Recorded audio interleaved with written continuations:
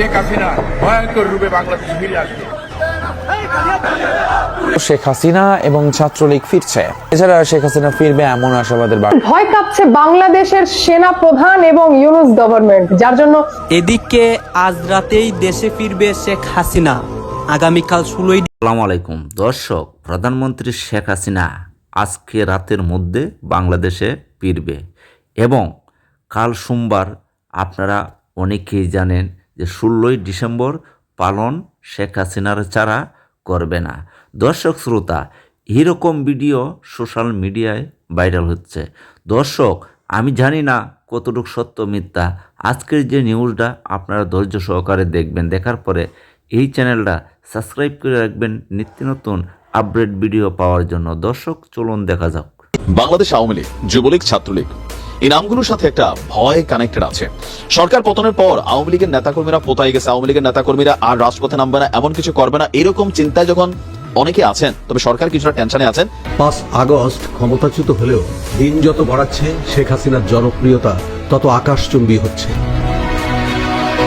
পৃথিবীর ইতিহাসে গণ অভ্যুত্থানে কোনো শাসক ক্ষমতাচ্যুত হয়ে ফিরে এসেছে কিংবা জনপ্রিয়তার সবার চেয়ে এগিয়ে গেছেন এমন নজির বিরল। কিন্তু আমরা কি জানতাম যে এখানে সেনা?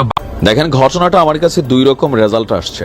তো আমি আমার ব্যক্তি মতামত দিচ্ছি, এর পাশাপাশি আপনারা যথেষ্ট বিচক্ষণ, আমাদের ইউটিউব এবং ফেসবুকে যারা বিশ্লেষকরা আছেন, মাশাআল্লাহ সব বিষয়ে আপনাদের যথেষ্ট জ্ঞান আছে। হ্যাঁ, তো আসুন দেখি আপনাদের জ্ঞান ঝাড়া শুরু করুন কমেন্টের মধ্যে। গতকালকে হঠাৎ করে একটা বিরল ঘটনা ঘটেছে। ঘটনাটা হচ্ছে খুলনায় রেল স্টেশনের সম্ভবত কি বলে যে স্টেশনের সামনেই একটা স্ক্রিন ছিল, রানিং লেখাগুলো মুভমেন্ট হয়। আপনারা দেখছেন এটা না, যে এখানে একটা বার্তা আসছিল, ছাত্রলীগ ভয়ঙ্কর রূপে ফিরে আসবে। এর পাশাপাশি আরেকটা বার্তা ছিল, শেখ হাসিনা ফিরে আসবে। আপনি শব্দগুলো খেয়াল করেন, ছাত্রলীগ ভয়ঙ্কর রূপে ফিরে আসবে, ভয়ঙ্কর রূপে ফিরে আসবে, শেখ হাসিনা ফিরে আসবে। এই ঘটনা নিয়ে রাত্রে যে উত্তেজনা হয়েছে, আসলে বিষয়টার পিছনে কারা, একটু গভীরভাবে যদি মনোযোগ দিয়ে দেখতে মনে হয় ইয়েস এটা আওয়ামী লীগের কাজ অথবা এটা ছাত্রলীগ যুবলীগের কাজ হতেও পারে, কিন্তু আমার কাছে কনসেপ্টটার মধ্যে একটু ডিফারেন্ট ফিল আছে। আমরা এখানে যদি গভীরভাবে দেখি, আটককৃত যে ব্যক্তি, ওনার নাম হচ্ছেন আসলাম হোসেন ওরফে অফিস সেন্টু। ডিজিটাল স্ক্রলিংয়ের বিষয়গুলো তিনি কন্ট্রোল করেন, মানে ওই স্ক্রিনে কি লেখাগুলো চলবে কি চলবে না, এই দায়িত্বটা তার হাতে। তো তিনি কি রাজনৈতিক কোনো ক্যারেক্টার? না, তিনি রাজনৈতিক কোনো ক্যারেক্টার না। এখন ঘটনা প্রেক্ষাপটে দেখা যাচ্ছে যে এই ঘটনায় জড়িত সেন্টুকে যখন আটক করেছে পুলিশ, খুলনার রেলওয়ে পুলিশের ওসি তিনি বলছেন, বিষয়টি দেখার পর রেলওয়ে কর্তৃপক্ষ সেটা বন্ধ করেছে, আর আমরা স্থানীয় জনতা, রেল স্টেশন কর্তৃপক্ষ এই সেন্টুকে আটক করে আমরা হেফাজতে নিয়েছি। এখন সেন্টুর মতন একজন ব্যক্তির বাংলাদেশের বর্তমান প্রেক্ষাপটে মাথার তার তোর যদি ছিঁড়া না যায়, এই লোকটা দেখা মনে হচ্ছে না সে মাদকাসক্ত, সে কি কাজটা করছে? আমার কিন্তু এখানে দুইটা মতামত আছে। একটা মতামত আছে, আমার ধারণা কেন জানি আর কি, সোজা জিনিস মাঝে মাঝে বাঁকা যায়, যে সেন্টুর চাকরি খাওয়ার জন্য হতে পারে তার কোনো সহকর্মী অথবা সামহাউ ইন্টারেস্টেড পিপল এই লেখাটা দিয়ে দিছে, যেহেতু এটা তার দায়িত্বে। এখন এই ভিডিও চ্যানেলটা আমার, কিন্তু আমার ভিডিও নিয়ে অনেকেই চুরি করে ছাড়ে না ইউটিউবে, টিকটকে। আমার কোনো আইডি নাই টিকটকে, এমআই শামীম নামক যে এটা আমার না। তো সেখানে আপনারা অনেকেই দেখছেন আমার ভিডিওগুলো, তাই না? ধর্ম একদিন, শামীমেরও ধর্ম, যাই হোক। তো ফেসবুক এবং ইউটিউবে যারা আমাদের ভিডিও ছাড়, আপনি দেখবেন এই যে ট্রাভেল এজেন্সি একটা আছে, দুবাইয়ের ভিসা নিয়ে আমার ভিডিও ছাড়ে, বাটপার ভাই, আমার ভিডিওর উপর এরা নাম্বার দিয়ে দিচ্ছে। আপনারা মনে করতেছেন কি যে ভিডিওটা নিশ্চয়ই নাইম বে নাম্বার দিচ্ছে, কিন্তু আমি কোনো এই কোম্পানি এজেন্সির দালালি করি না। ওইসব ভুয়া ভিডিও দেখা আমার ভিডিও ঠিক আছে, কিন্তু এখানে নাম্বার দিয়ে বলতেছে নাইম ভাই এই নাম্বার দিচ্ছে। বুঝতে পারছেন যে চাইলে প্রযুক্তিকে ব্যবহার করে অনেক কিছু করা যায়। তো সেন্টুর যে নমুনা দেখছি, মনে হয়েছে যে এই লোক কোনো মাতাল বা মাদকাসক্ত ক্যারেক্টার না। ঠান্ডা মাথায় একটা পাবলিক স্ক্রিনে ছাত্রলীগ ভয়ঙ্কর রূপে ফিরে আসবে, শেখ হাসিনা ফিরে আসবে, এই কাজটাকে তিনি করছেন? বা এত বড় দুঃসাহস কি এই একটা সাধারণ ক্লার্ক, সাধারণ একজন মানুষ, কিন্তু তার এটা হয়েছে? আমার ধারণা হয় নাই। এর বাইরে ঘটনা কি ঘটতে পারে? সেন্টুর সাথে কারো শত্রুতা থাকতে পারে, যেহেতু এটা তার দায়িত্বে আছে। সো এখানে যা চলবে সবকিছু কিন্তু সেন্টুর উপর দিয়ে যাবে, এই জিনিসটা কেউ জানতো, যার কারণে এই কাজটা করছে। অথবা এমনও হইতে পারে যে সত্যিকার পক্ষেই ছাত্রলীগ এটা করছে, অথবা আওয়ামী লীগের কোনো কর্মী করছে, কিন্তু এইটা কইরা কি আসলে কোনো কিছু এখানে অর্জন করার ছিল না? এটা দেখার পর এখানে একটা রায়ট ঘটবে, এটা সবাই জানে। আর এই ঘটনায় অভিযুক্ত হয়ে যাবে সেন্টু, এটাও সবাই জানে, কারণ এই জিনিসটার কন্ট্রোলিং তার হাতে, পাসওয়ার্ডটা তার কাছে থাকে। এই লোকটা বিপদে পড়বে। কোথাও তো একটা জটলা আছে। এক যদি তো সেন্টু নিজে ছাত্রলীগ কর্মী, আমি জানি না, যদি তার রাজনৈতিক ব্যাকগ্রাউন্ডে থাকে তাহলে ধরে নিব ঘটলেও ঘটতে পারে। কিন্তু এই লোকটা দেখে আমার কাছে যতটুকু কথাবার্তায় মনে হয়েছে যে সামহাউ ট্র্যাপড। এটা আমার ব্যক্তি মতামত, বাট পুলিশ তাকে গ্রেপ্তার করেছে, নিশ্চয়ই আসল সত্যটা বের হবে।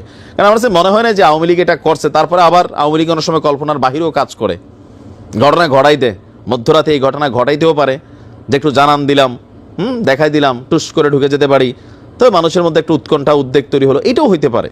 বাট এইটার পারসেপশনটা কম আমার কাছে মনে হয়। তারপরেও আমাদের আইনশৃঙ্খলা বাহিনী কাজ করছে, নিশ্চয়ই আসল সত্য বের হয়ে আসবে। আওয়ামী লীগ এমন একটা দল যে দলকে কোনোভাবে দমিয়ে রাখা যাবে না, তার প্রমাণ বারবার নেতাকর্মীরা দিচ্ছে। আগস্টের ৫ তারিখ শেখ হাসিনা পালিয়ে গেলেও বেশিরভাগ নেতাকর্মী বাংলাদেশেই রয়ে গেছে। বারবার আন্দোলনের ডাক দিলেও যে কোনো কারণে আন্দোলন সফল করতে পারছে না আওয়ামী লীগ দলটি। তবে আওয়ামী লীগ থেমে নেই। বাংলাদেশে সমাবেশ করতে না পারলেও যুক্তরাষ্ট্রের মতো দেশে আওয়ামী লীগ নির্বিঘ্নে সমাবেশ করে যাচ্ছে। গত ২ থেকে ৩ দিন আগে শেখ হাসিনা ভার্চুয়াল বৈঠকে একটা বক্তব্য দেন। সেই বৈঠকেই ফাইনাল ডিসিশন হয়ে যায় আওয়ামী লীগের ভয়ঙ্কর কয়েকটি কর্মসূচির। ইতিমধ্যে সেই কর্মসূচি নিয়ে সোচ্চার হয়েছেন বাংলাদেশি আওয়ামী লীগের নেতাকর্মীরা। গতকাল যশোরে আওয়ামী লীগের অ্যাকশন চলেছে। কর্মসূচির কাজ শুরু করার আগেই বিএনপি থেকে বাধা দেয়। তবে বাধা দিলেও ভয়ে পালিয়ে যাননি আওয়ামী লীগের নেতাকর্মীরা। উল্টে বিএনপি নেতাকর্মীদের বেদমভাবে পিটিয়েছে আওয়ামী নেতাকর্মীরা। ইতিমধ্যে ১৬ তারিখে আবারও মহাসমাবেশের ডাক দিয়েছে আওয়ামী লীগ। তবে দাব ওঠেনি হয়তোবা মাঠে নামবে আওয়ামী লীগের নেতাকর্মীরা। ডক্টর ইউনূসের পতন ১৬ তারিখে নিশ্চিত করার প্ল্যান করেছে দলটি। ১৬ তারিখের পরে হাসিনাকে আবারও দেশে ফিরিয়ে আনা হবে বলে জানা গেছে দলের গোপন সূত্র থেকে।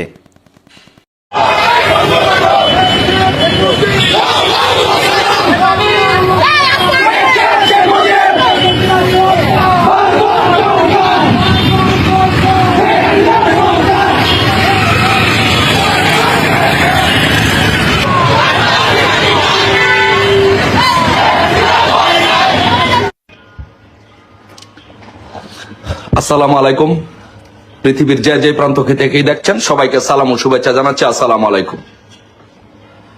তো আমরা যারা বঙ্গবন্ধুর আদর্শের সৈনিক আছি এবং আদর্শের কর্মী আছি, আমরা ব্যক্তিগত উদ্যোগে আমরা একটি কর্মসূচি ঘোষণা করেছিলাম যে আমরা আমাদের নেত্রী বঙ্গবন্ধু কন্যা শেখ হাসিনার জন্য রোজা রাখবো এবং 2 রাকাত নফল নামাজ পড়ে তার জন্য দোয়া করব, তার সুস্বাস্থ্য কামনা করে এবং তার দীর্ঘায়ু কামনা করে।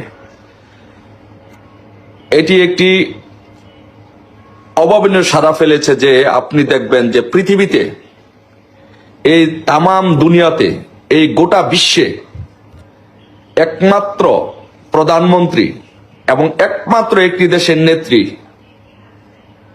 যার জন্য একটা দেশের মানুষ রোজা রাখে, একটা দেশের মানুষ নামাজ পড়ে এবং রোজা নামাজ পড়ে আল্লাহর কাছে দোয়া করে প্রার্থনা করে, মন থেকে প্রার্থনা করে এবং বাচ্চারা সহ মুরব্বীরা সহ তার জন্য নামাজ পড়ে 2 হাত তুলে আল্লাহর কাছে প্রার্থনা করে, রোজা রেখে সারাদিন নফল নামাজ পড়ে আল্লাহর কাছে দোয়া করে তার সুস্বাস্থ্য কামনার জন্য এবং তার দীর্ঘায়ু কামনার জন্য এবং তার সুস্বাস্থ্য এবং দীর্ঘায়ু কামনা করে তার জন্য দোয়া করে।